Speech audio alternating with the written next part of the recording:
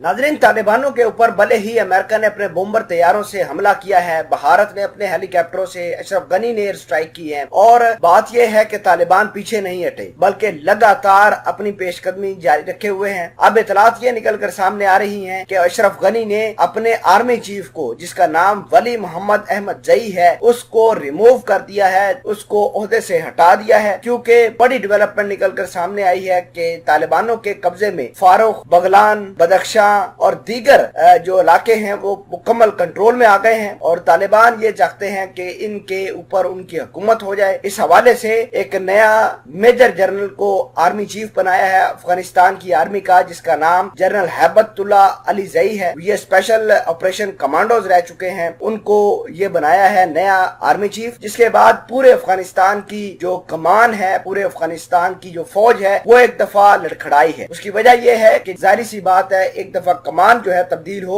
तो नई सिक्योरिटीज, नई पॉलिसीज दे के आना, इम्प्लीमेंट करना या फिर उनको ऑब्जर्व करना किसी सोल्जर के लिए बहुत ज्यादा नुकसानदेह बात होती है, बहुत ज्यादा मुश्किल बात होती है। मामलात क्या है, किस तरह अफगानिस्तान की जो गवर्नमेंट है अशरफ गनी की, वो बुखलाई हुई है और अपने जर्नलों को किस तरह निकाल रही है, तमाम तर चीजें आज की इस वीडियो में हम आपके साथ शेयर करेंगे। छोटी सी गुजारिश है कि आप हमारा यूट्यूब चैनल हसनात टीवी को सब्सक्राइब कर ले, घंटी के निशान को दबा ले, ताकि लेटेस्ट न्यूज आप तक पर वक्त पहुंचती रहे। नाजरीन ग्रामी, आपको ये भी बता दें कि अफगानिस्तान के तकरीबन 5 से 6 सूबे ऐसे हैं जिनके ऊपर तालिबानों ने कब्जा करके वहां पर मुकम्मल तौर पर कंट्रोल हासिल कर लिया है। अगर हम बीबीसी की बात माने तो बीबीसी ये कहता है कि 9 ऐसे सूबे हैं जहां पर तालिबानों ने कब्जा किया है। वहां उनके कैपिटल के ऊपर कब्जा करके अपने शरीयत वाला कानून उन्होंने नाफिज कर दिया है। जेलें तोड़कर वहां से तालिबानों को निकाल कर बाहर रखा है। वो तालिबान लगातार इनके साथ जो है मिलकर फाइट कर रहे हैं और टोटल जो है अफगानिस्तान के वो 34 सूबे हैं। नाजरीन ग्रामी, आपको ये भी बता दें कि प्रेसिडेंट अशरफ गनी कुछ दिन पहले बड़ी ललकारें लगा रहे थे कि हम एक चीज भी नहीं जाने देंगे। आपको मैं अहम बात बताता हूं कि नादरन सिटी एक है जिसका नाम है मजार शरीफ। ये